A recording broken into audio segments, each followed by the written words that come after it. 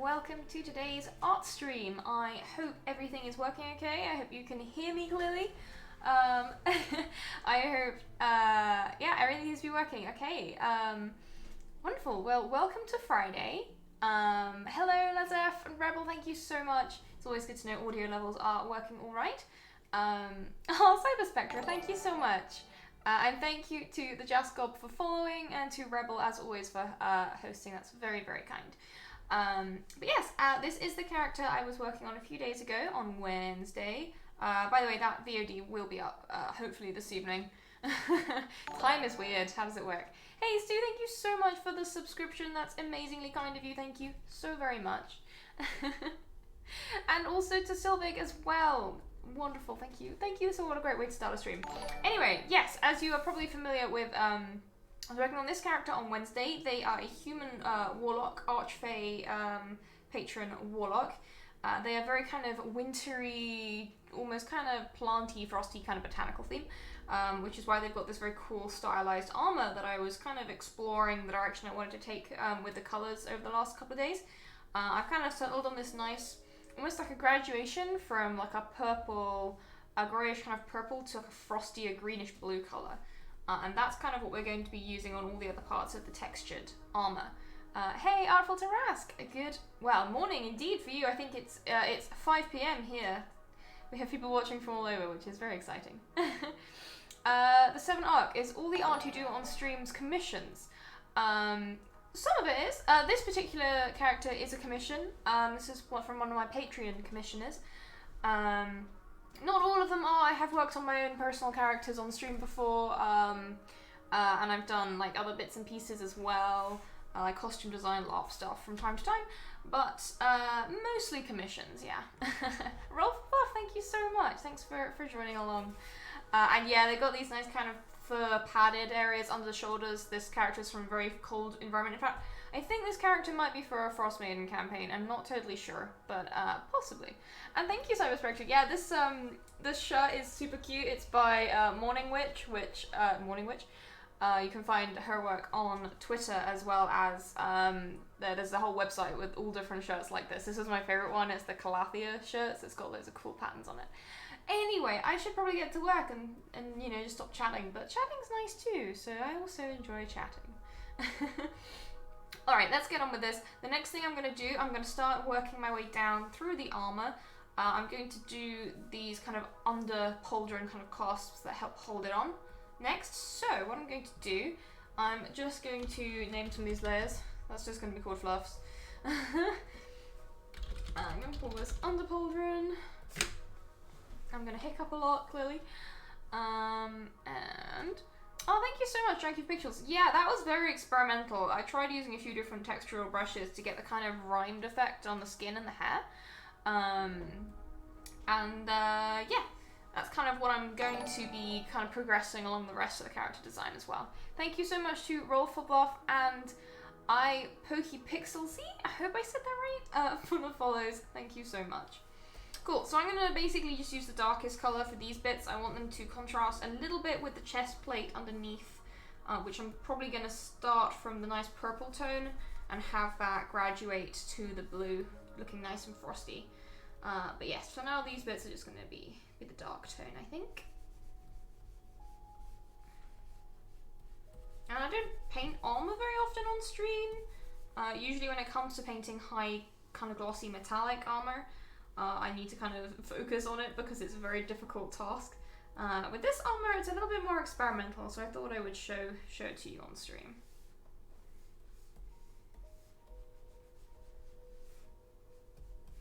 Okay, because we've kind of done that, we can also see a few areas on the layer above. We can cut it back.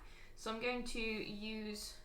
whoops. Firstly, I'm going to make sure the layer is set correctly. It should not be like that.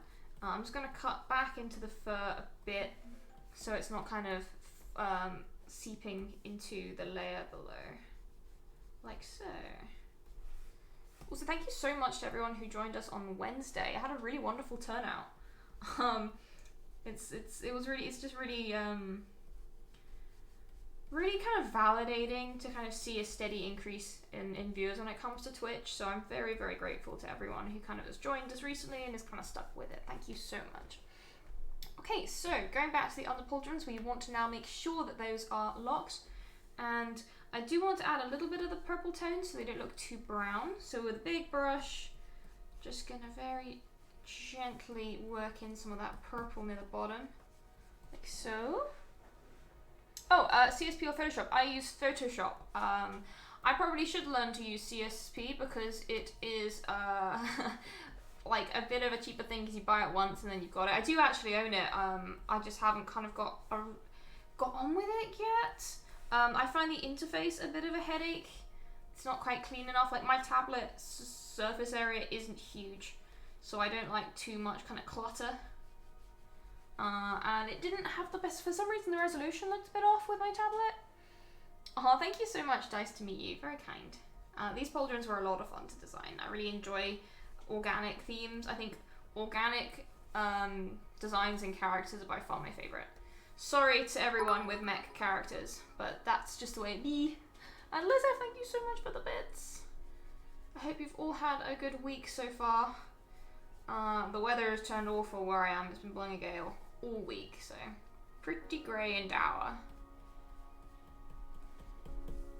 Okay, that's just a quick little bit of shading. I'm not going to spend too much time on this bit of the pauldrons, because, you know, this is quite a simple area. So just got a little bit of highlight in the middle, blend that back in,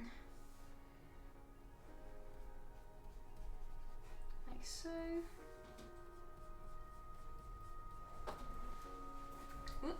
Move my chair to the right place. Then I'm going to jump up to the overlines layer just to add a little bit of highlight around those edges. I'm going to grab the pale kind of purple colour for this. And size 12 sounds about right. Just going to brush along kind of like that ridge there around the edge. A lot of armour kind of has a rolled edge to it, and this is no exception. And then we're going to have some very small minor little bolts here. Not really bolts. I guess bolts kind of the road. Rivets might be better. Just to kind of hold that in there. We don't need a ton of detail on that. And then I think I'm just going to get straight on with the chest piece. So again, new layer. I'm just going to grab this nice purple to start us off with. Yeah, that looks about right. Hey, Bickamore, welcome. And yeah, I'm just gonna kind of fill in the chest plate. I'm gonna go around the edges and fill. I think that's gonna be a slightly quicker way to do it. In hail, oh gosh, we haven't had hail for a little while here. Just really strong winds. I always get up in the morning. Well, get up in the morning is a strong word. Roll out of bed at 11 AM is probably closer to the truth.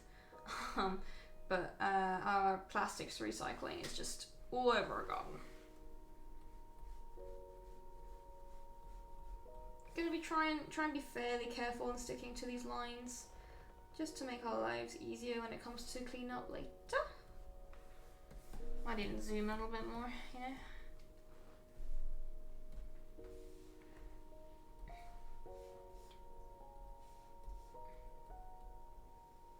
Oh, I can't stay inside the lines today.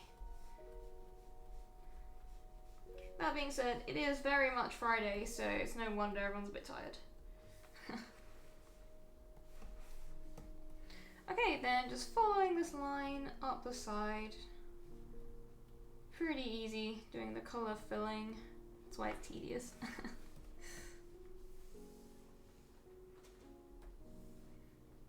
It has felt busy, hasn't it? Like, I don't know why, but this week has felt crazy busy to me.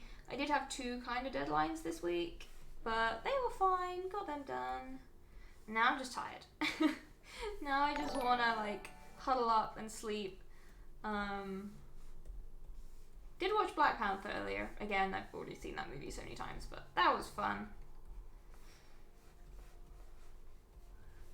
Alright, just gonna go around these edges, just cleaning up, tidying up the fill we just did, like so, just to give us a nice... There's probably a way to set your fill so it doesn't leave ugly marks, but I am not technologically an expert. on everything you can do Photoshop. Okay, so we've got the main body of the chest plate now just filled in basically. And we are going to just start kind of putting in some variation in tone. Do you have a favorite pro rest brush that you find yourself going to?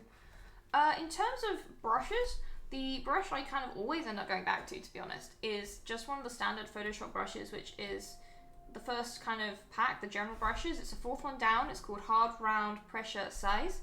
I select that. I go into settings. And the one thing I change is I make sure transfer is turned on with these settings here. That the control is set to pen pressure. And the minimum is always set to 0%. This is what allows you to get that nice kind of blend going on. Punishing Lance. Yes, well, I'm going to do them very similarly to how I did them in the pauldrons above. So, let's just start by adding the blue, I think. So the blue is going to come in around the bottom, kind of it's going to fade into this frosty, colder blue tone. And again, I'm being fairly relaxed with a big brush right now, just getting the color down first and foremost, and then I can worry about blending. And then there's almost like a bit of a green coming at the top, which I want to kind of come in around there, maybe around the armholes a little bit. There's a better word for that. But my mind will not think of it right now. Cool, and at that point when I'm fairly happy with the shape the colors are making, that's when I can start blending. So going down to a slightly smaller brush, and very gentle touch, I just start eyedropping between the areas of different colors that I've kind of slapped down, and just, with, you know, barely touching the tablet surface really for this.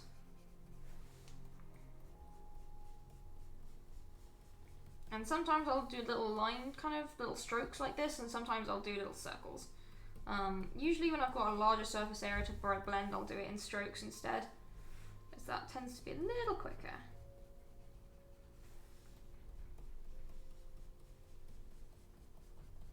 But yeah, you can kind of see that start to kind of smooth out.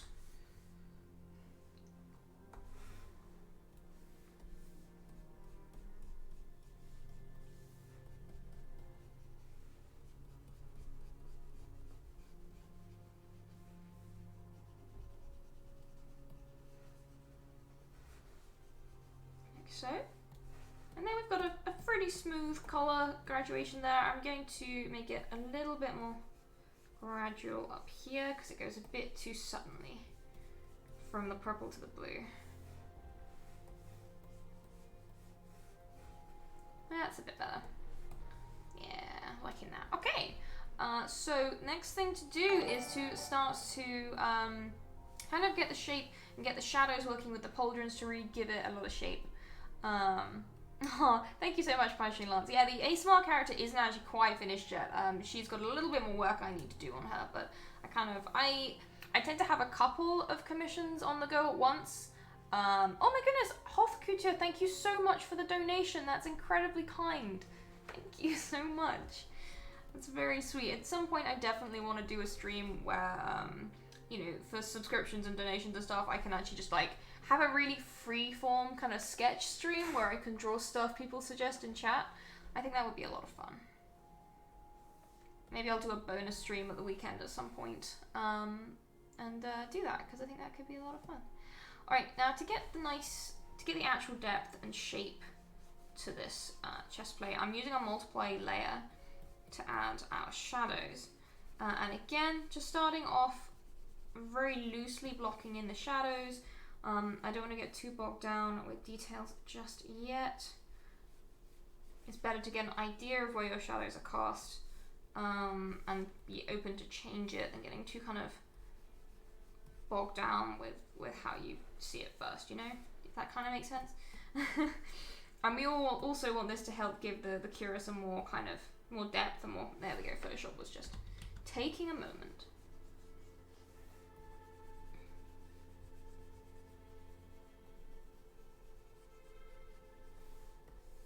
So, and then we want to make sure our eyedropper is on current layer so that we can actually select what we're meaning to.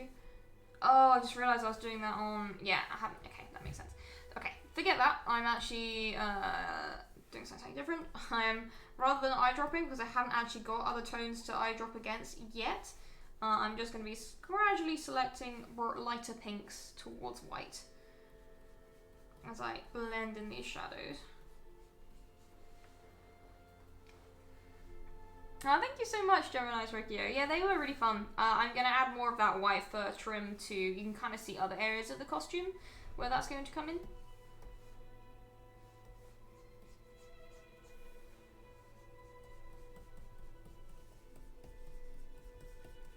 Just making sure the shadows are deep enough around there. We're also going to have a reasonably deep shadow coming down the middle. But not too deep. This is coming in a little bit here, but again, not too deep. We want nice kind of round shapes predominantly.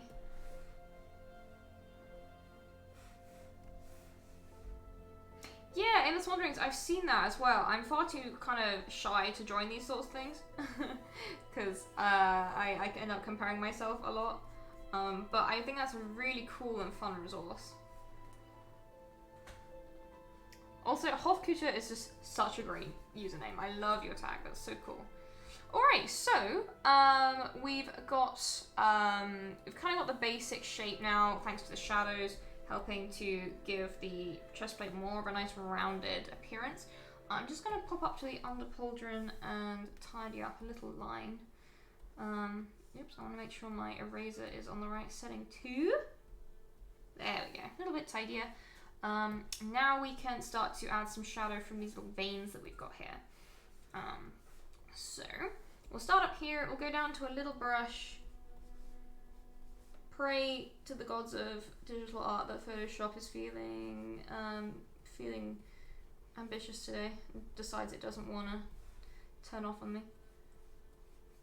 And then we're kind of just adding basic kind of drop shadows to a lot of these. And little natural kind of inny areas. I can't think of a better word for that, like concave bits that cast more shadow.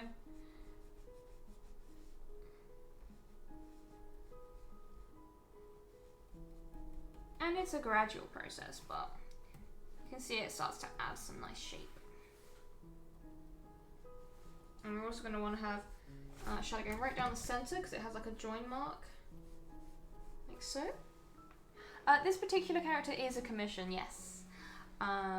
They were a commission from one of my Patreon subscribers, and I actually had a lot of creative freedom with the design. They just wanted a kind of hexblade warlock with winter organic kind of fae inspired vibes, and that's kind of what I ran with for this guy, and it's been a lot of fun. Again, they're someone who's commissioned me a few times, so they kind of know I enjoy the organic vibe. If that makes sense. Oh, Hofkutter is your character? Oh, I didn't realize it was that. Of course, that makes your username makes perfect sense now because I know you on Twitter, so it all makes sense. I hope you're enjoying where they're going so far.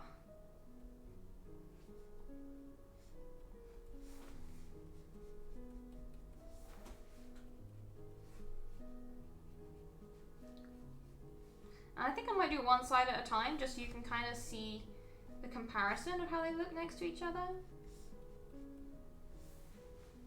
Oh, thank you so much, Hofkutter. It's been so much fun to work on them. They're definitely one of my favourite characters that I've painted recently.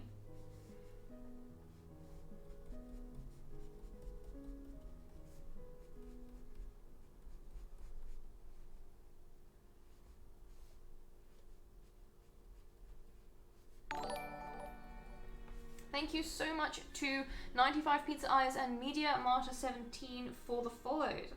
If you having a lovely afternoon, / morning, / evening, / whatever it might be where you are.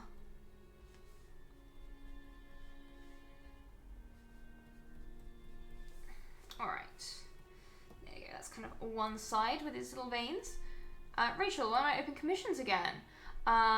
When indeed. The question is probably going to be a combination of how quickly I get my NDA stuff done, which is a very big project. It's been going on for a while. and my current commissions round. What I'm probably going to do is at some point in the next few days in the Discord, to give you guys an idea of kind of what point I am with my current commission list, I will probably put in a slightly blurred image of kind of like my tracking spreadsheet, which is how I kind of keep track of everything that I've kind of got going at the moment. So just to give you a better idea of how close I am to opening new commissions. I can't say for certain yet. I'd like to be able to open commissions again at the end of this month, but it might end up being April. It kind of depends. I've kind of got back more into the full flow of work now, kind of settled in after our house move, but that always does slow things up a little bit. But we're getting there. Okay, so the next thing to do is I'm actually going to jump up to the overlines layer because it's cool, and let's add some highlights. I'm going to have to color pick a new color soon. But for now, we'll just do this bit with the purple I've already identified.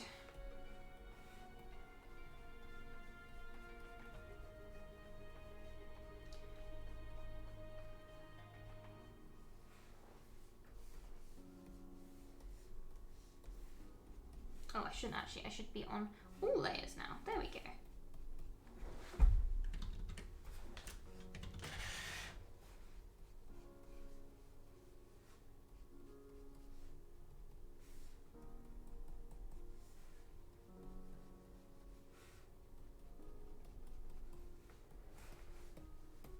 Okay, and as we work our way down, we're going to want to see more of the blues coming in.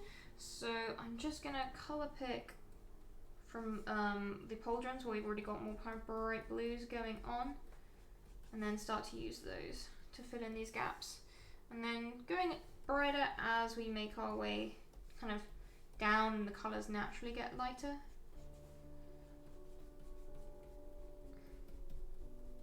Filling in that kind of negative space between the veins. Oh, no worries at all, Lazef. It's one of those things that I like to try and keep people aware as much as I can, but it's such a difficult thing to estimate. You know?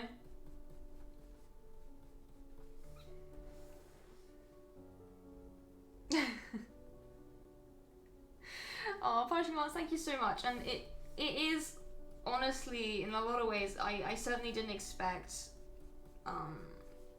what I do to kind of, I don't know, I didn't expect people to be as interested in watching someone just kind of paint live.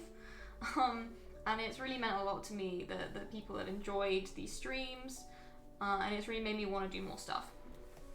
So, for example, in the kind of following weeks, I want to start doing more.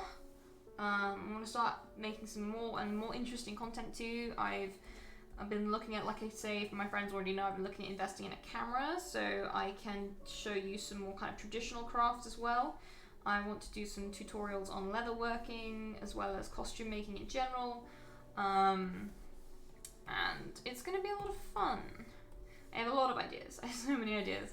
But I'm hoping to also do some tutorials for painting with voiceovers to kind of explain how I do kind of little bits and pieces. I've already had a few interesting recommendations for things I could kind of narrate how I do. So if anyone has any more kind of ideas for things they'd like to see me make videos on, I would love to hear it.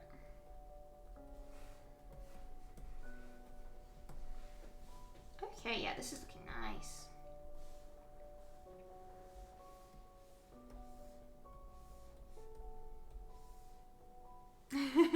Oh, Punishing Lance, thank you so much.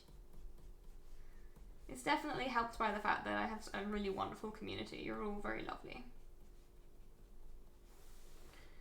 Alright, so with that bit of blending, you can kind of see the difference between the two sides. There's a few things else I want to do, so I'm going to stay in overlines because I want to add some more. You see I've got some veins that aren't part of the veins that are kind of standing out. Well, I want to add some more of those. So this is going to be done with a small brush, smaller than that, probably a 7, yeah. Just to add a bit more texture and detail going on here.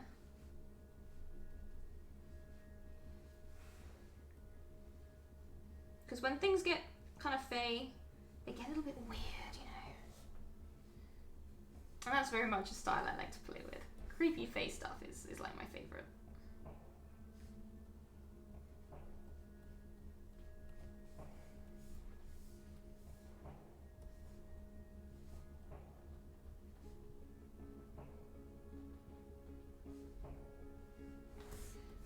Okay, so we've got a few of those extra lines in, and because we've popped those in, I'm going to do a bit of highlighting on them so they kind of stand out a little bit.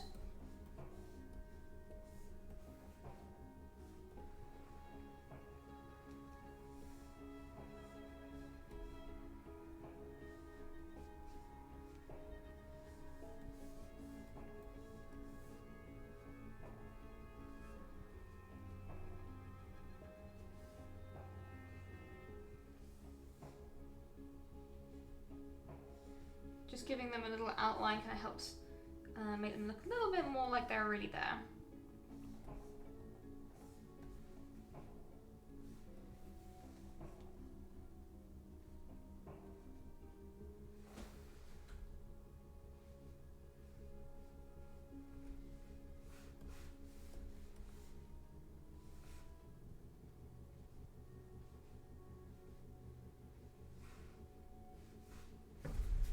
Okay, yes, that's what I wanted.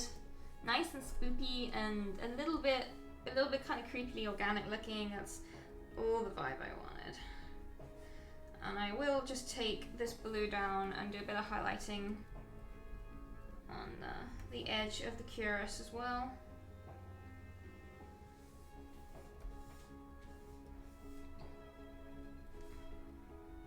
As well as just a little bit of side lighting over here. Just because we don't want to lose the shapes.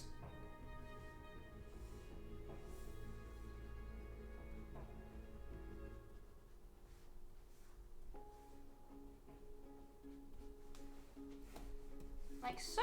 And now we're just going to basically do all that again on the other side. Going back to that original layer, and also just going to shape a tiny bit more off the under pauldron there. And what I might also do, if I go back to current layer, add a tiny bit of extra shadow underneath the veins that are already kind of benefiting from some shadow but lose definition, without a little bit of extra stuff just for them. There we go. Thank you so much, Rebel, for the sub gifts. That is incredibly kind of you. I hope everyone enjoys those. If you have just been made a sub, you do now have access to the subscribers Discord. So I hope you enjoy that, and thank you so very much. Oh, Rebel, you're always wonderful. Thank you so much.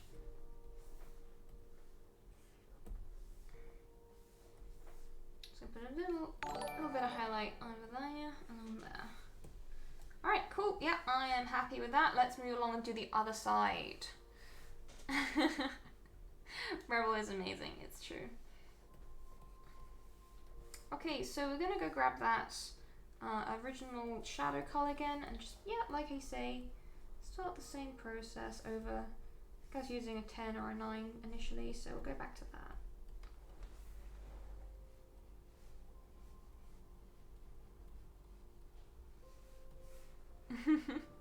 Oh, Bickamore, thank you so much. I hope you have a wonderful afternoon, and thank you so much for dropping by.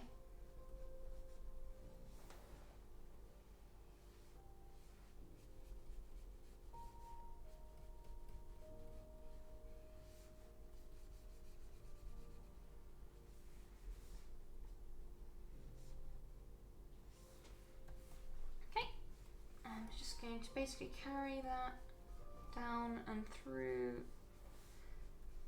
No one ever said art isn't repetitive at times, but you know, that's just kind of the way things go. It's like with crochet or like any hobby like that. There's always an element of repetition.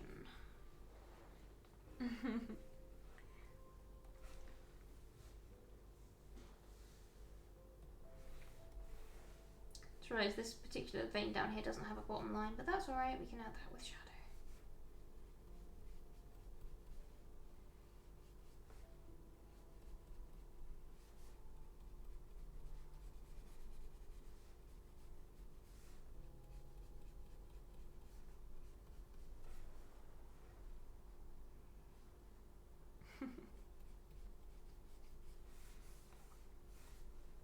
Okay, yeah, making good progress there. I'm just going to continue to add a bit more shadow to these lower bits. And then grab that darker shadow color that I mentioned earlier. We're going to add some of that into. And then we can do the highlight, which is fun. I like doing highlights. Highlights are probably one of my favorite kind of parts of the process. Okie dokie, so with that done, as I just mentioned, we're going to grab that dark color and we're going to use it to add some individual shadows to the darker parts of the veins.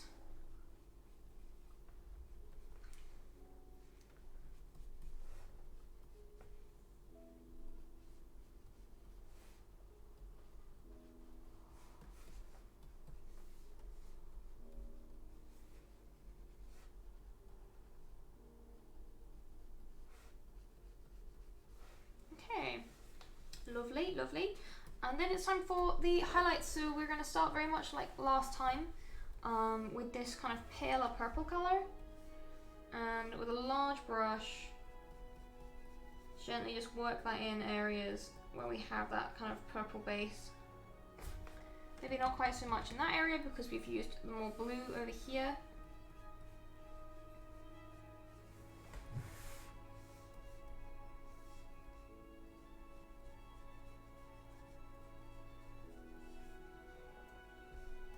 And kind of just calming it down a bit where it's a little bit too harsh. Or when indeed I've used a brush that's too big, like I just did.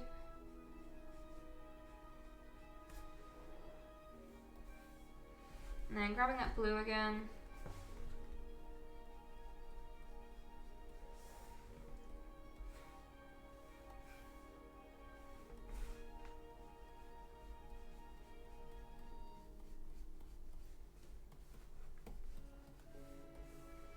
More blue.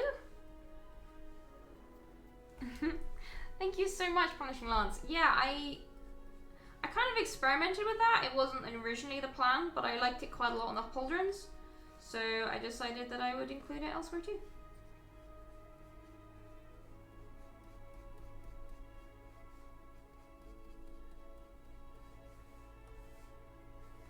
Just gonna blend in that one a little bit. Okay, and then we'll do the lights on the veins themselves, which start off this fairly light purple.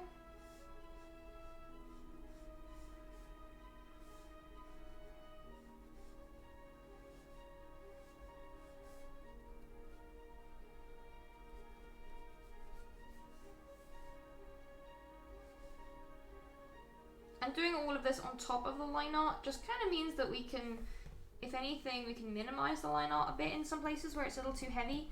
Very similar to how I use a similar approach when I'm shading faces.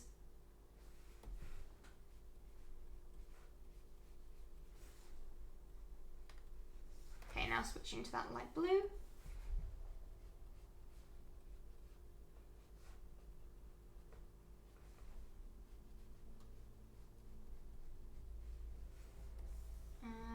Did I have an even line of blue? I did. It's kind of like it starts about here, doesn't it?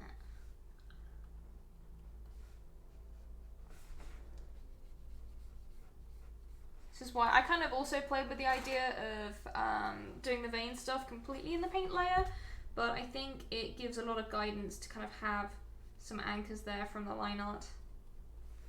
After all, you can easily paint kind of over them wherever you want to, so I think sometimes it's worth not kind of skimping out on the line art. Okay, now let's add the kind of carved in veins. I think we did it with a 7 last time, so this brush is already more or less the right size. And then changing to a slightly different purple down here. That doesn't seem quite dark enough. Let's go that. There we go.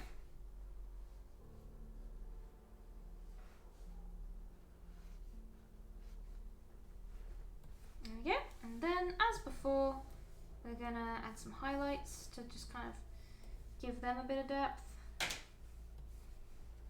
Like so. I think as we move lower, yeah, the highlight color changes.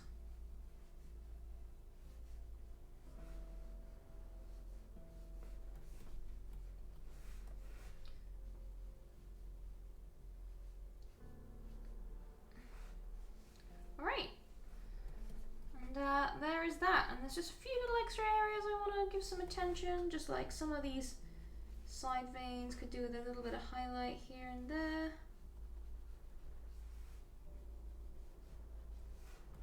And then, as before, just a tiny bit of light reflected around that side.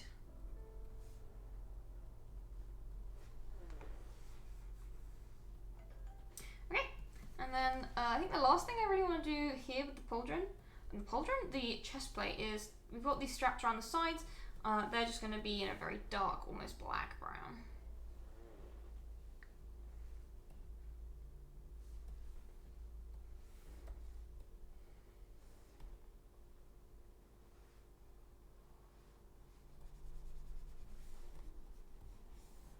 Oops, that went over the side a bit. Let's just take that back.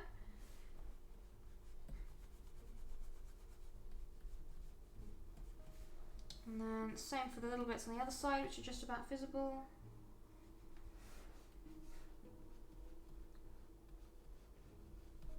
Okay, and then I'm going to jump straight up to overlines, just to give them a little bit of a highlight here and there. Laza, thank you so much. It's I'm enjoying painting it a lot.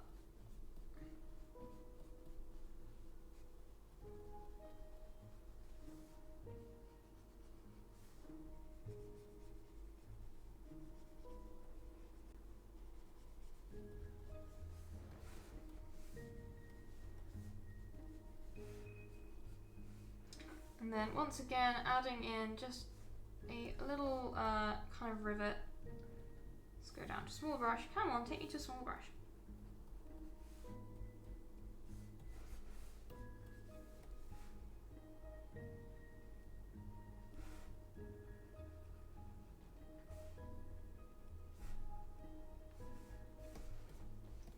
And there we have the cuirass. So I'm just going to save there without we miss anything.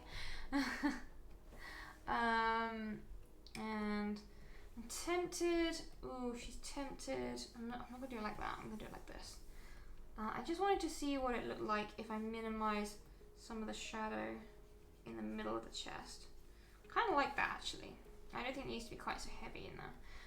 So I'm going to keep that. And the next thing I'm going to do... kind of torn. Do I do arms or go down the waist next? I kind of want to do the arms. I also just want to mess with the underpauldrons a bit. Part of me wants to make them darker. Ooh, yeah, I like that. A bit more contrast, actually. That's nice. And then obviously these side bits need to be a bit darker. If I do that. No, that wasn't quite what I had in mind.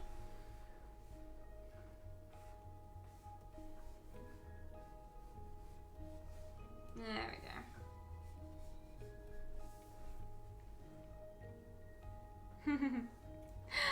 It does make sense. No, I get it.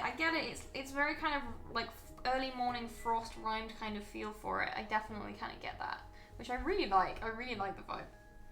I'm also tempted to just play with the color of the scarf a bit. I'm really enjoying the purple to blue feel. And I'm worried that this green is just too green. So I might turn this ever slightly on the bluer side. Yeah, I think that works better. I'm going to use a similar color for the sleeves of the tunic that he's wearing. I make it slightly lighter. See how this kind of greyish bluey green works out.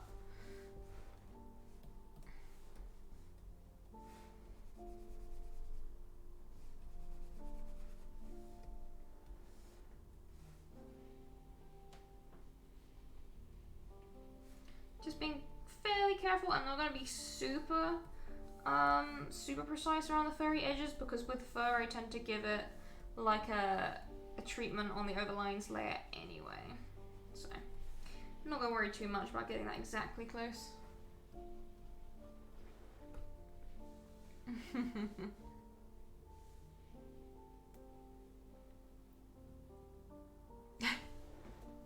Do I prefer as much reference as possible, or do I like to go nuts? It kind of depends on the character. If you have a real tight vision in mind for your character, then I'd say give me as much reference as possible, because it's worst case scenario is you say, you know, go wild, use creative license, and I do that, and maybe that what I've done isn't quite what you had in mind, and at that point, if you want it to like be changed and stuff, I kind of have to charge for that because it's time. So it kind of depends. If you want something, if you want a bit more of a surprise, then say go for it.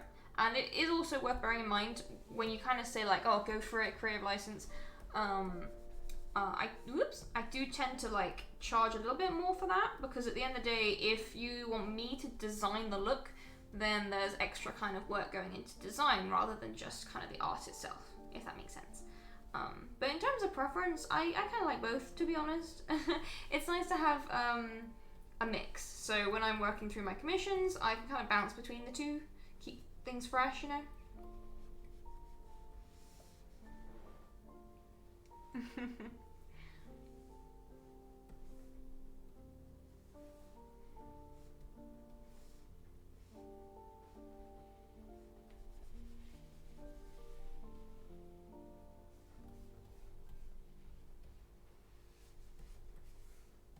Okay, so we've got those base layers in, and I'm thinking to myself, does this same colour appear anywhere else that I want to render now? And the answer is I don't think it does, so I'm not going to worry too much for now about that. So what I'm going to do, however, is I'm going to just show you these sleeves for now. I'm going to do as I usually do, clipping mask, multiply, grabbing that magenta, and just filling the whole ding-dang area. And then going in with the white paint to remove the shadows when necessary.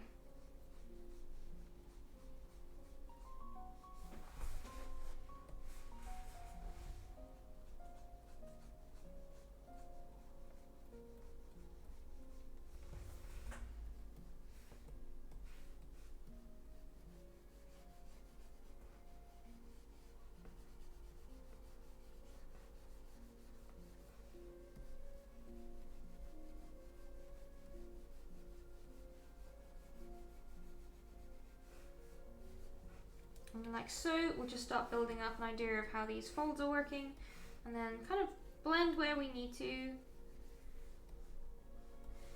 I'm just going to do a similar thing on the other side.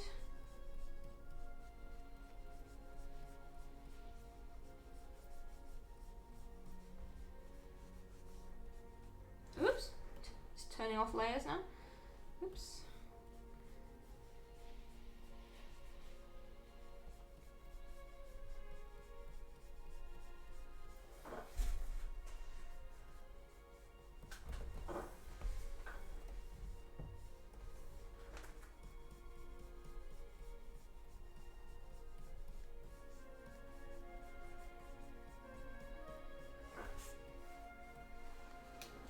Moving that cable is completely in my way right now.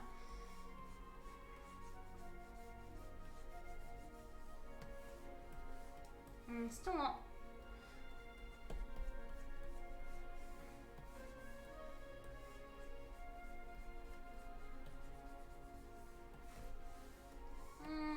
Why is this particular fold giving me grief?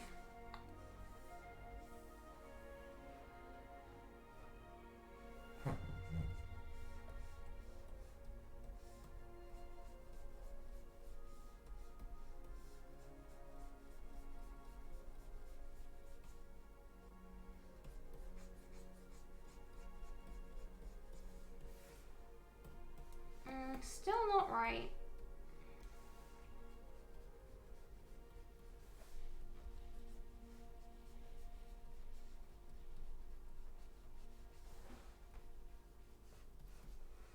It's a bit better actually. I'm getting more happy with that.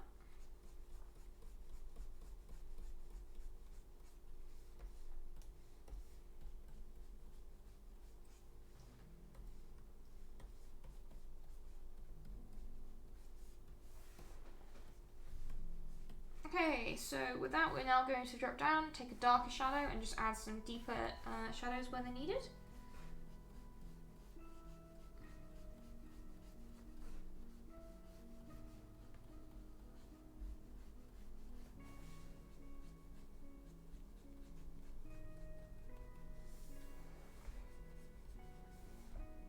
Maybe a slightly smaller brush in places. Don't want it to get too overbearing.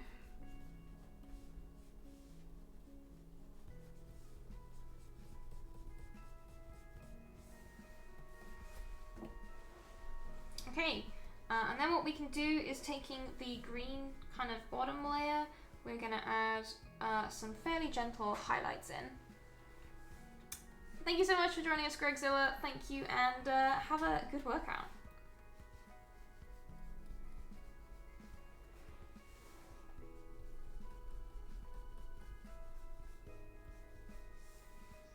And this just kind of gives a slight sheen to the fabric.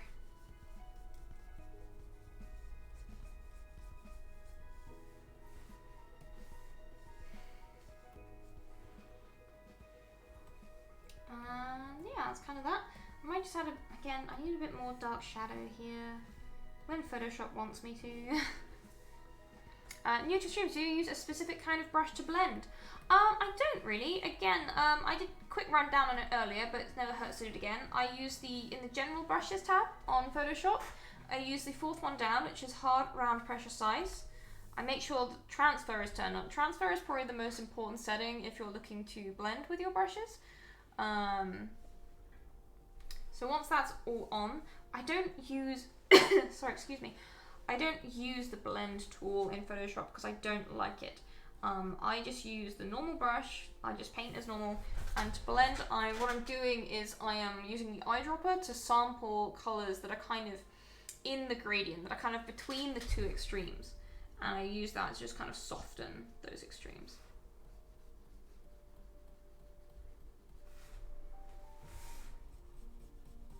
That and having the transfer kind of effect turned on, which means the opacity of my brush stroke is linked to how hard I'm pressing, means that I can kind of build up that, kind of build up the shadows and the highlights very gently. Yeah, again, Photoshop's blending tool just it doesn't do it for me, you know. It's just not very intuitive. It kind of just pushes the paint around in a less than satisfactory way. Yeah.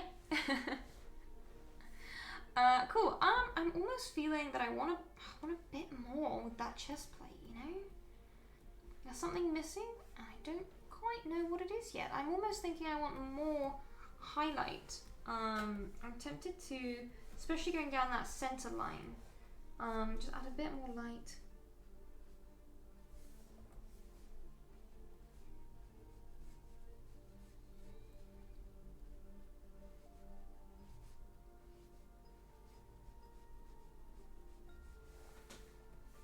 Let's just grab a lighter version of pink as well.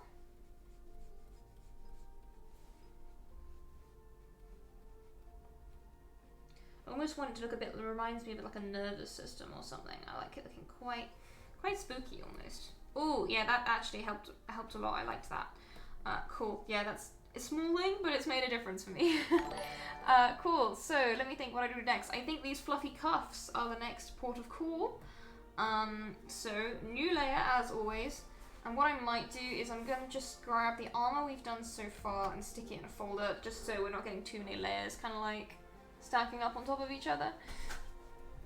Yeah, see, I know Sai has a lot of cool functions on it for that. I think the watercolor tool I did really like. I used to use Sai a bit a few years ago. And I remember the watercolor tool was very useful. And yeah, and I think part of like an artist's style definitely comes a bit from the software they use. The fact that I have to blend manually in Photoshop is definitely, you know, it lends itself to the style of my work. If I had tools that made it a bit easier, or I could do it in a different method, then, you know, I'd probably use them and my art would look a bit different. So eventually, like, the methods you use as workarounds or to solve particular problems kind of become part of your style. So in that regard, the style of your art isn't something you kind of set out to achieve or specifically look for. It's kind of something you end up adopting to some extent due to kind of like workarounds that you develop, which always kind of tend to be quite unique, which is the nice thing. I remember Paint Tool Sai used to have a really nice kind of like a fine liner pen brush, which was just the best for doing line art. I used to love it for line art.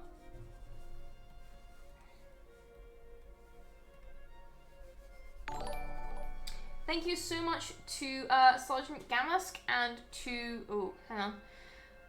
Let's see if I can say this one. So I just Stagger Cruel. I hope I said that right. Thank you both so much for following. I hope you enjoy the stream today. Alright, so we've got the base kind of layer for those cuffs. We are now going to, they're going to be the same fur as what we've got going up here.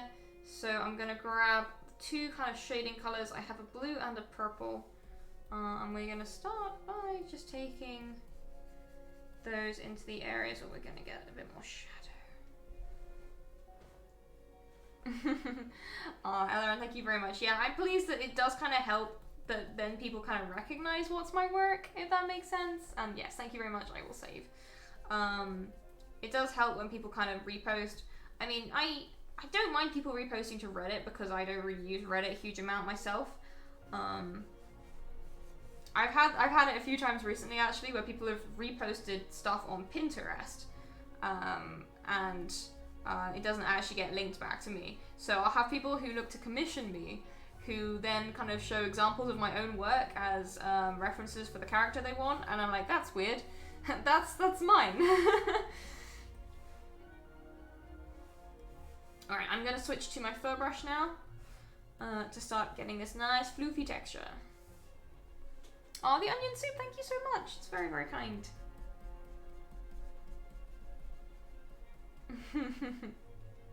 This is quite a detailed character, but I have put a lot of love into them because I like their design. And I'm not just saying that because I came up with the design.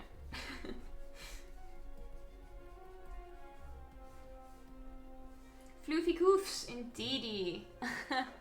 Oh, Sergeant Gamas, thank you so much. I'm pleased you kind of... Yeah, Twitter's been quite good for getting people kind of to see your work and stuff, so I'm pleased that kind of came through there. And yeah, I hope you enjoy the stream. I try kind of to talk through things as I do them. In this case, with fur, the godsend I found for painting fur is this particular brush, which I'll go through again. This brush I use for fur and hair is called is part of the set called the Lewin Fur Brushes set. You can find it on Gumroad. And I always use the first one, which is just called Fur Pointy End, which is really good for adding those nice soft floofy shadows.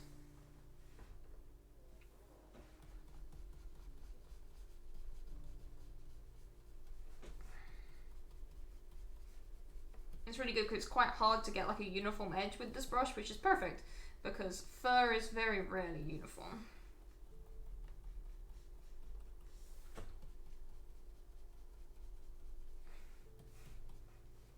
Okay, and with that bit done, it's time to start adding some light. So I'm going to grab a lighter colour and start working in some highlights here. Or with this the same brush.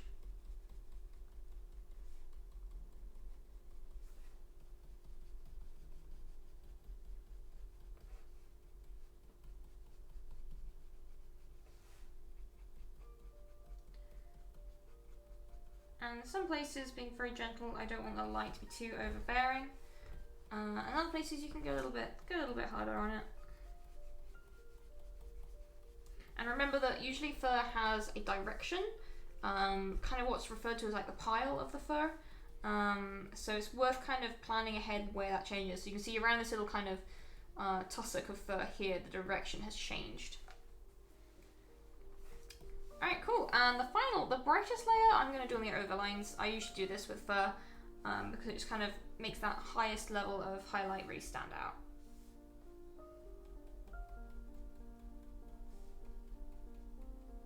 Means you can kind of go over your line art a bit and make it look extra floofy.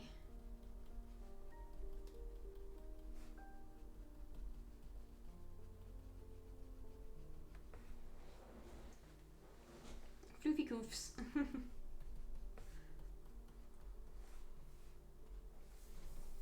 Do those fur brushes come with Photoshop? No, this particular set you want to look for on Gumroad. Like I say, it's by an artist who I believe the artist is called Lewin, which is why it's called the Lewin Fur Brushes set. And I believe it's pay what you want, but do throw some coin if you can to the artist because it's very kind of them to kind of make these available. And they are incredibly useful. That cannot be denied.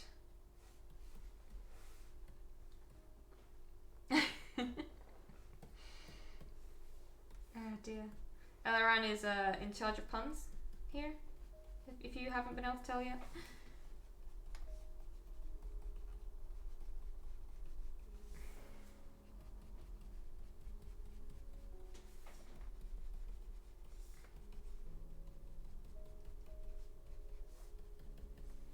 There we go.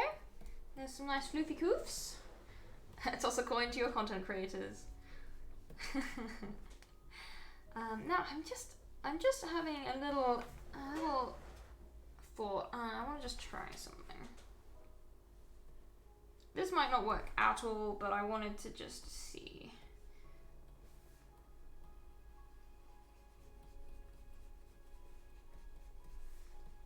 About adding a little bit of overlay light source to the armor. Give it a bit more shape, you know?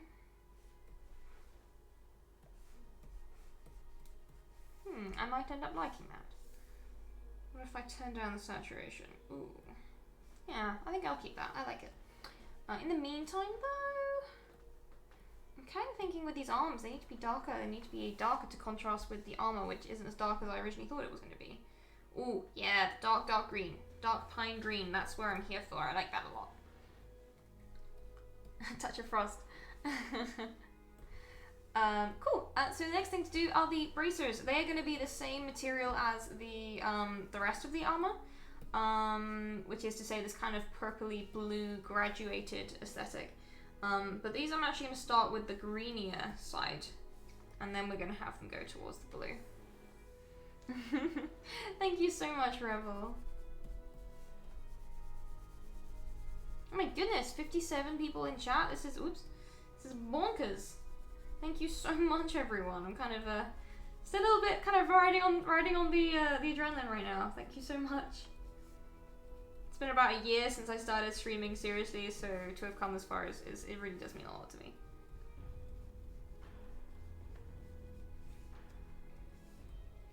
Just go around these edges, just kind of getting them looking nice and sharp. Or in this case, soft, because it's fur. Yes, that's exactly what I was going for, Punishing Lance, with this. Like a kind of cold winter forest where the frost has set in, and a lot of the trees are just kind of curling back into themselves. The blade, which I probably won't get around to painting on stream today, but it has like a lot of kind of holly leaf, kind of spiny aesthetic. It's kind of what I'm going for there.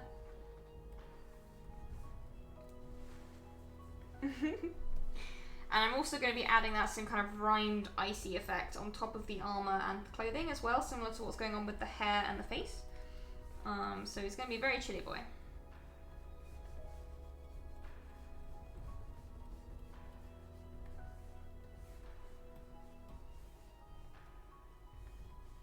Whoops. Yeah, I want a small brush, just going around these edges. Again, the neater we are at this point, the more time we save for ourselves later.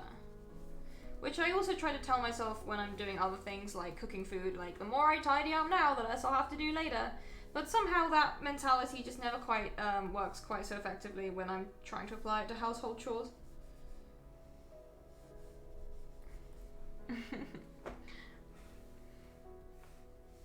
Okay, so as before, just going to trim down this line a bit. It makes it a lot easier to see where we've kind of gone over.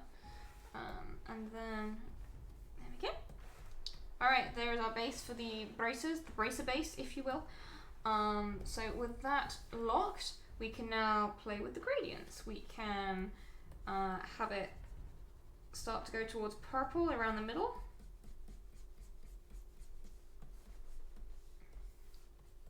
Same over here. And again, we'll blend properly when we're kind of happy with the shape. And then we're going to move towards the frosty blue around the hands.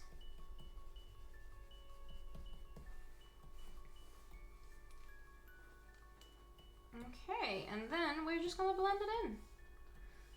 Because as I said on Wednesday, about 85% of my life is spent blending paint. It's a very blend heavy style in a program package that doesn't have a dedicated blending tool.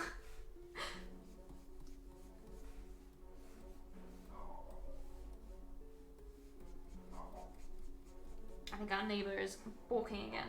We have a small pupper living next door who's a very yappy one.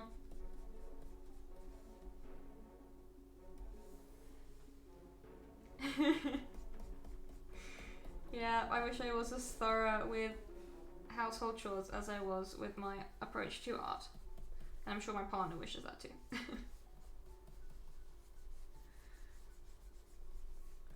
Okay, so with that nice kind of gradient in place, it's time to do very similar to what we did before.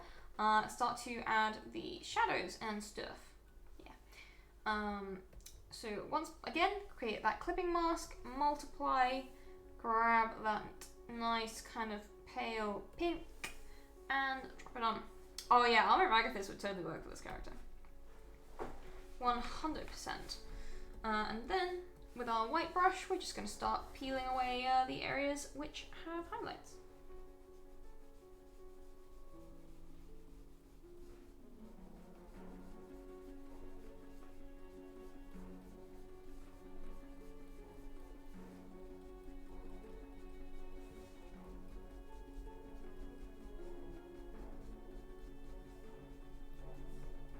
And then, as usual, doing a blend.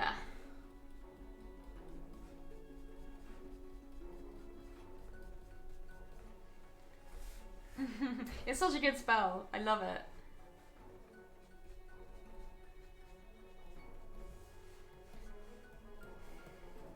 And then same thing on this side, starting with the white.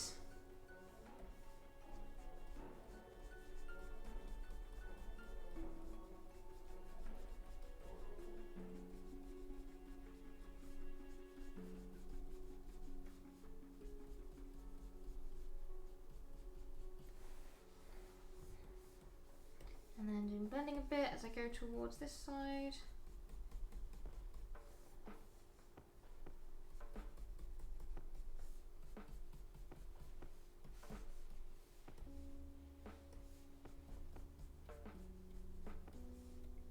And then still take off slightly less on this side.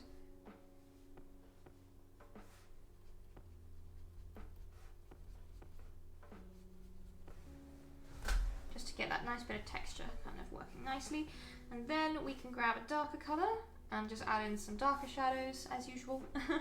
All part of the usual technique of this.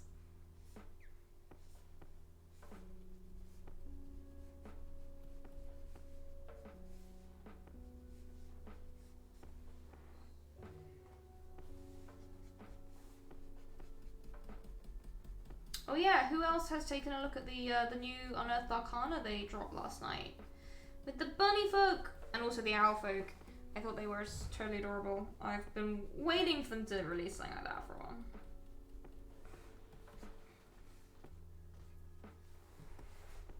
I kind of want to, I don't need any more D&D characters right now, but I still want to draw like an owl friend.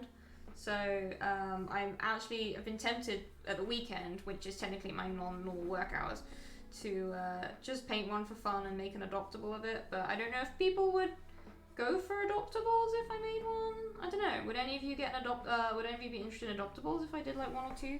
Just because I feel inspired by the new UA. Okay, I really like that. That's looking nice. Let's go and put some proper highlights on it.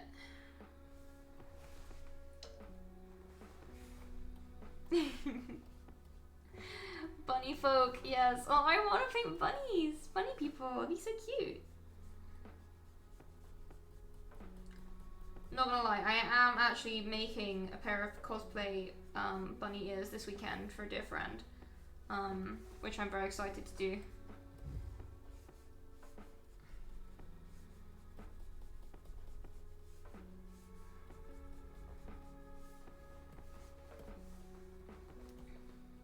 Okay, cool. I'm pretty happy with that. So now we need to do the cuffs at the end. So it's another floof. I'm just going to start with the darker colour this time as I kind of patch this in.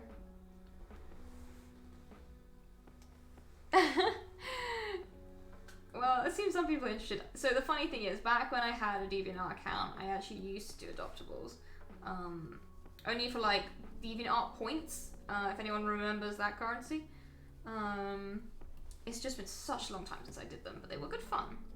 And it's a kind of like a fun way to do a creative license style design, and then people can bid on them and stuff.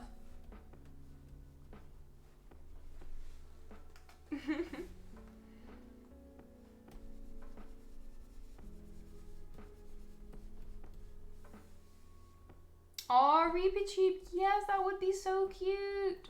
You could totally flavor the rabbit folk to do that, or even like flavor the little kind of fairy sub kind of lineage that they've got going.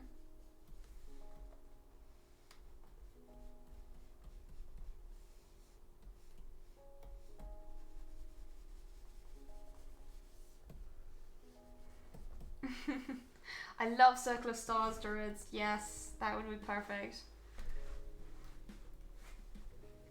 I painted a Circle of Stars druid for a big kind of group commission I did recently, and they were definitely one of my favorites. Right, I'm gonna put in the purples first, I think. Oh, we've got that jazzy music now, I see.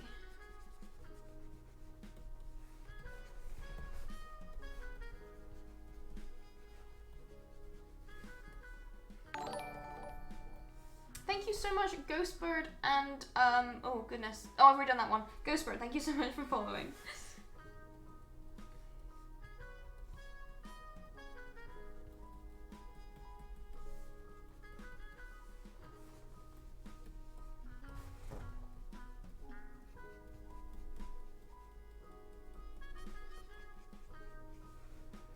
And then just a little bit more light.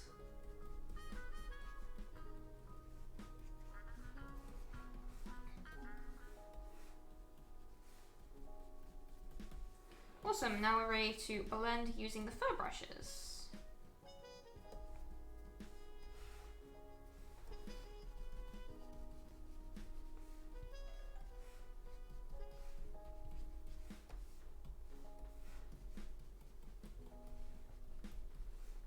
Slightly smaller area, so it doesn't take quite so long to do the rendering.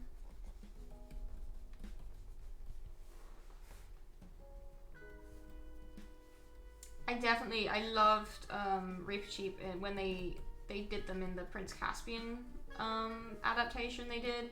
That film had a ton of issues, but Reaper Cheap was not one of them. Could not have hired a better voice actor.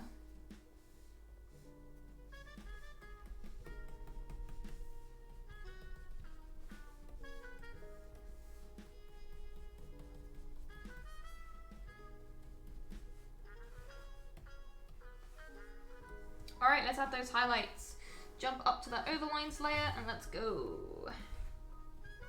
Oh yeah, slightly smaller brush.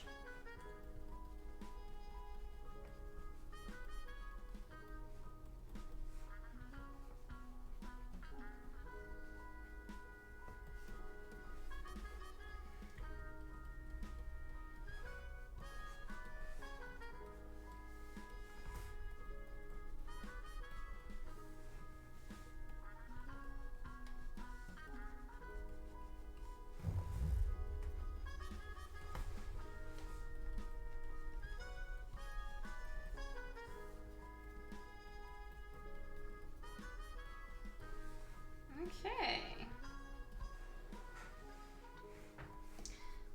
Nice, that's looking good. We're making amazing progress, so I'm very pleased. Now I want to think about the next thing to do. I think I kind of want to pop in just the gloves. I won't do the sword now. I'll probably do the sword last. That's usually how I do these things. Yeah. I'm still considering a lot of things. I always end up, especially when I'm doing this more experimental commission, I always end up making lots of changes.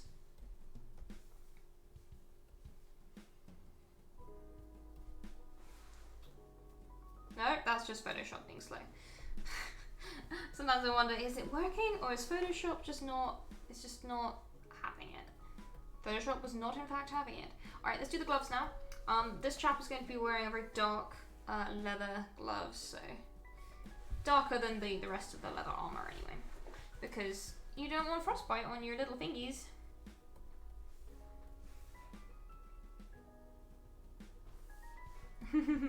Owls are awesome creatures. I don't know, I've always found owls super interesting. I think when I was a kid it was cool that they were like associated with Athena and stuff. They're just cool critters.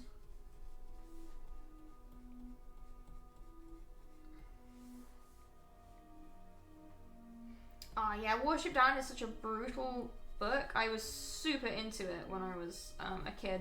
I read the original book at quite a young age, and watched the movie at a super young age, and that was probably the most harrowing and traumatizing movie I watched when I was a kid. Even though it was a kid's movie, that, gosh, it does not play around.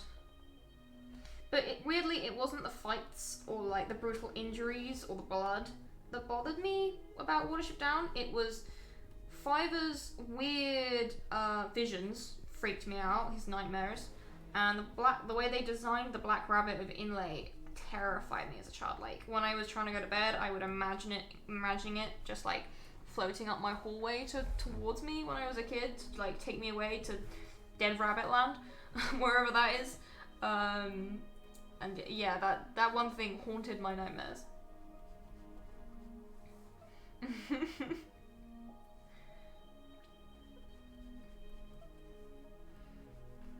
And I thought it was so scary that now I absolutely love it. It was such a cool design to be able to traumatize kids so thoroughly that I love incorporating aspects of that kind of design if I'm doing creepy creature kind of artwork.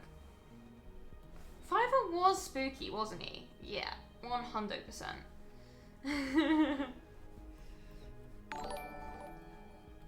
Thank you so much to Weepcore for following. I hope you enjoyed the stream.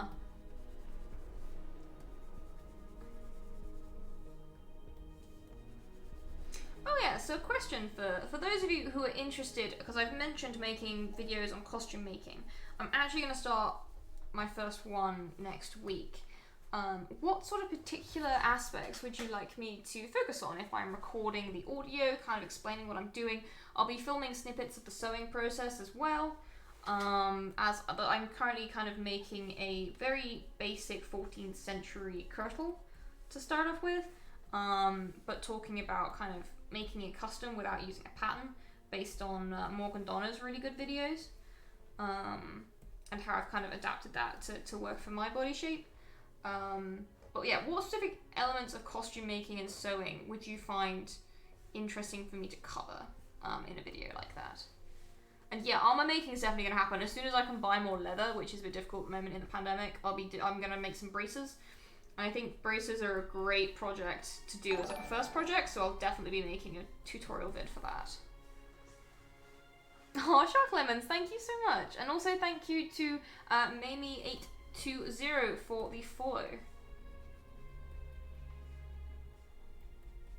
So interesting, the pictures I posted yesterday were of a dress I made last year, which was based on I think it was a simplicity pattern. So that's a costume which is based on a pre-existing pattern. So rather than this one, which has been completely tailor-made for my body shape using measurements and making my own pattern, which has been a lot more complicated, but hopefully it will fit better. And thank you so much, Shark Lemons, for the follow as well. Very, very kind. Let's get to shading these gloves. Good evening from Norway. Well, good evening indeed. I think are you 1 or 2 hours ahead of us? I'm trying to remember how time zones work.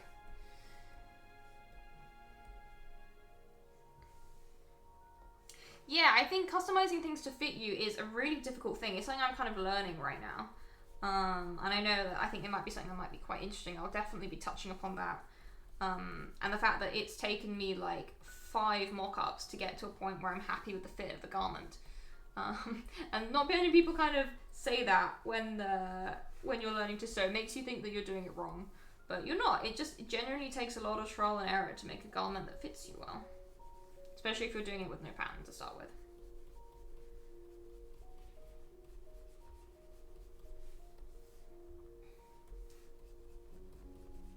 the nice thing about gloves is they're marginally easier to shade than normal hands are.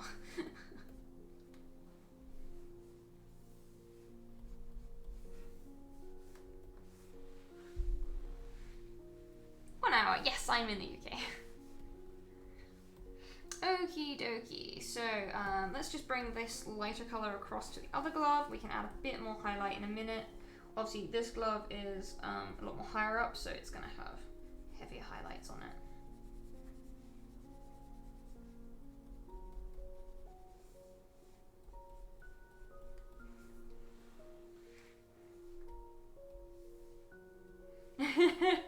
Oh, Elrond, those are actually really good. Usually I roll my eyes, but I love address the situation. What a great one. What a banger.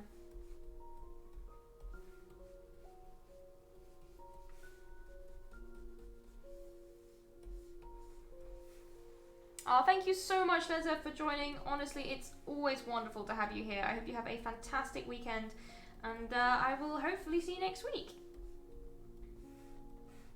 Thank you. Yeah, this shirt's really cute. It's from a shop called Morning Witch, which has a Twitter account the same name. Really, really gorgeous, like small designer who does loads of cool patterns. I want to buy more stuff from them, but obviously because they're based in the US, it's a lot harder to get shipped over to the UK with obviously import duties and everything. So I treated myself to like this one shirt last year, and it's like my favorite shirt. But yeah, definitely recommend checking out their stuff. It's super pretty.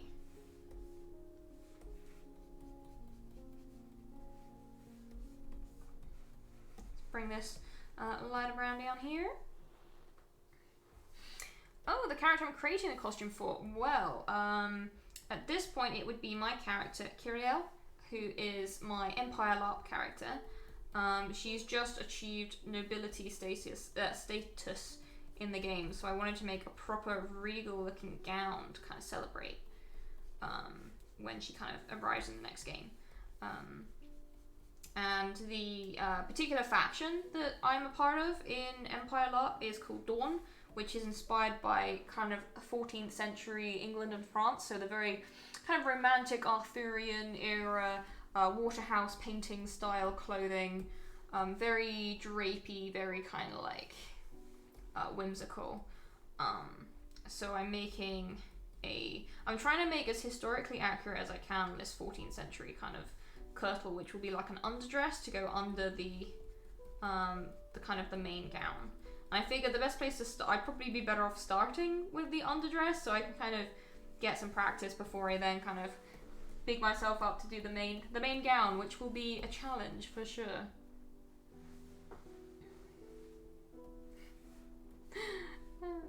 Do I have any tips on how to stay somewhat entertaining when doing an art stream? I would love to have tips for that, but I would love to ask the same question, to be honest. I kind of talk through my process as I paint. Not so much at this point because this is kind of the same thing people have seen a lot. But when I start doing like a new area of a painting, I will try and kind of narrate what I'm doing, what tools I'm using, why I do something a certain way, and answer any questions people have. So if people did have any like art questions, I'm always happy to try and help. I just kind of chat about things I enjoy. I chat about my D&D character quite a lot. And stuff like that, really. Just gotta try and, keep it upbeat, answer questions, and just have a nice chill time. It helps to laugh at terrible puns. Yes, that too. Okay, so we've got those gloves looking nice. So I think what I'm going to do next is we're going to start working on the armor coming down. These nice kind of almost elven tucked in type armor. And this is going to be the same purpley blue as the kind of areas above, tending towards the more icy blue in the middle.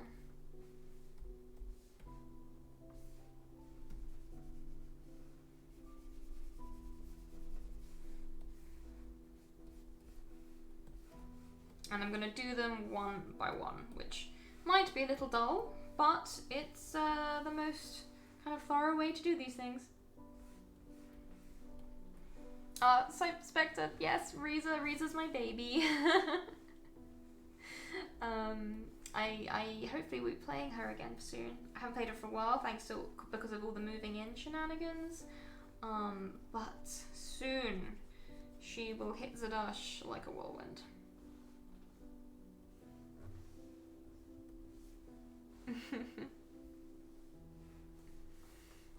Thank you so much, Amos Wondering. Yeah, I do my best to keep the stream as chill as I can. I think having some nice ambient music can help.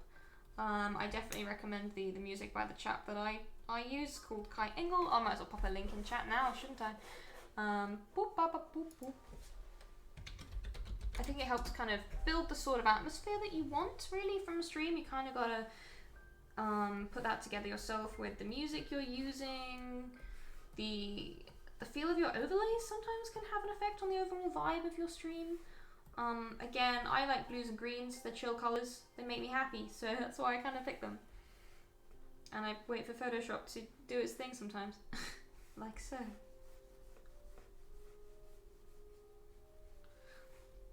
But yes, thank you so much to everyone who donated on Ko-fi this week. I kind of mentioned earlier this week I was looking at saving up for some computer upgrades, which is hopefully going to happen soon.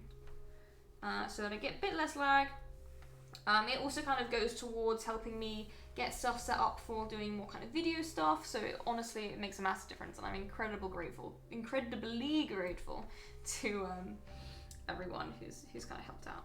But yeah, Shotguns, go ahead. It's really good music. I recommend it highly. And they've done an absolute shed ton of it, so you'll definitely find something to your taste.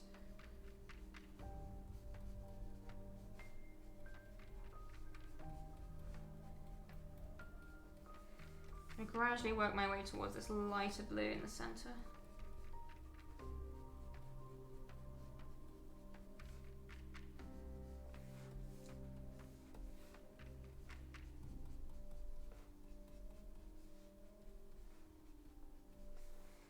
And then we can add the highlights for the veins. I don't know why I said that like the way James says his name in Pokemon, but there we go. Yeah, I would love, doing a Riza makeup process would be really fun. I'd be definitely up for that. I'm going to be making her horns fairly soon, because she's kind of going to be my backup Empire character if Kiriel dies as well, so... Because they have a lineage which are similar to Tieflings in Empire, which is wonderful for people like me who can't get enough Tieflings in their lives.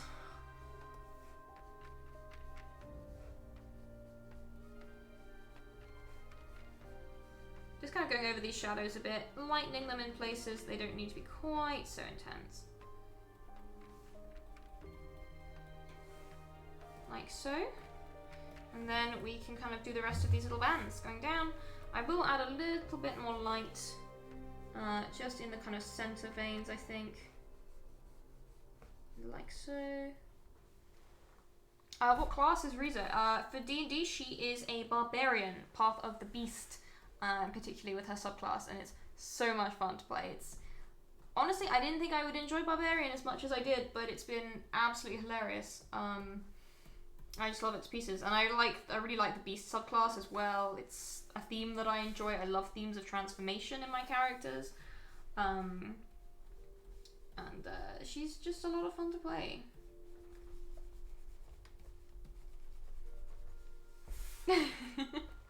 Oh, Shark Lemons, I know that feeling. I try to respond to people as quickly as I can, but obviously when I'm watching, not only kind of watching a screen, it's quite, well, not far, it's like my tablet is directly below the screen I have chat on, so I can kind of look up and check on it.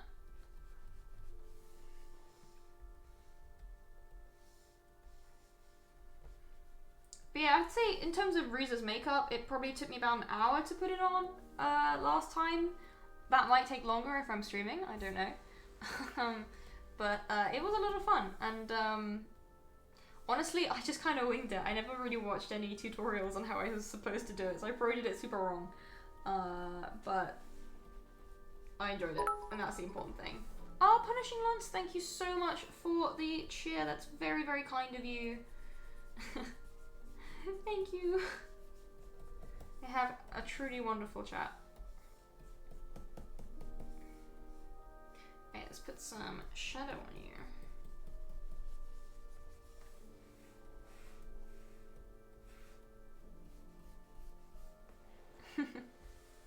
What in your best subclass?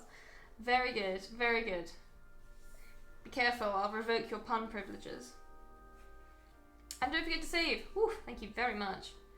Is Riza more a bitey, clory, or whippy barbarian? Well, that's the beautiful thing about Path of the Beast. You can be all dang three if you kind of take turns with it. Oh, thank you so much, Silly, for the subscription. Very, very kind. Thank you. But yeah, Riza usually uses the tail because it's big and it's thumpy, and it reminds me of a Stegosaurus, and I love dinosaurs. But use the claws as well a lot. If you're going a more kind of, if you're thinking about it technically, the claws have ever so slightly higher statistical damage output because you get the 3 blows rather than just the 2. But it kind of depends on the roleplay of the situation. Usually I go tail because the way I roleplay Riza is she's not always aware of when she's done it because it's something that she's only just really happened to her and she's not very good at controlling. So the tail will just kind of like do that thing like very Scorpion King style where it'll just kind of coil over the top like a big ass like manticore tail and be really scary, and she has no idea that she's doing it, which is really fun. I love playing characters that aren't truly aware of their powers. But claws also happens quite a lot when she's more kind of in control and she goes full Wolverine.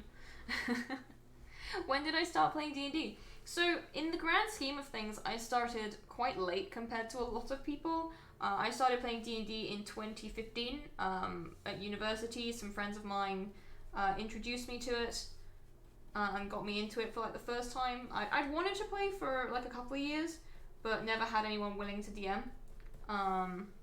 Yeah, I had a friend kind of invited me along to a game, and I just kind of fell in love with it, you know? As is the way with D&D so often.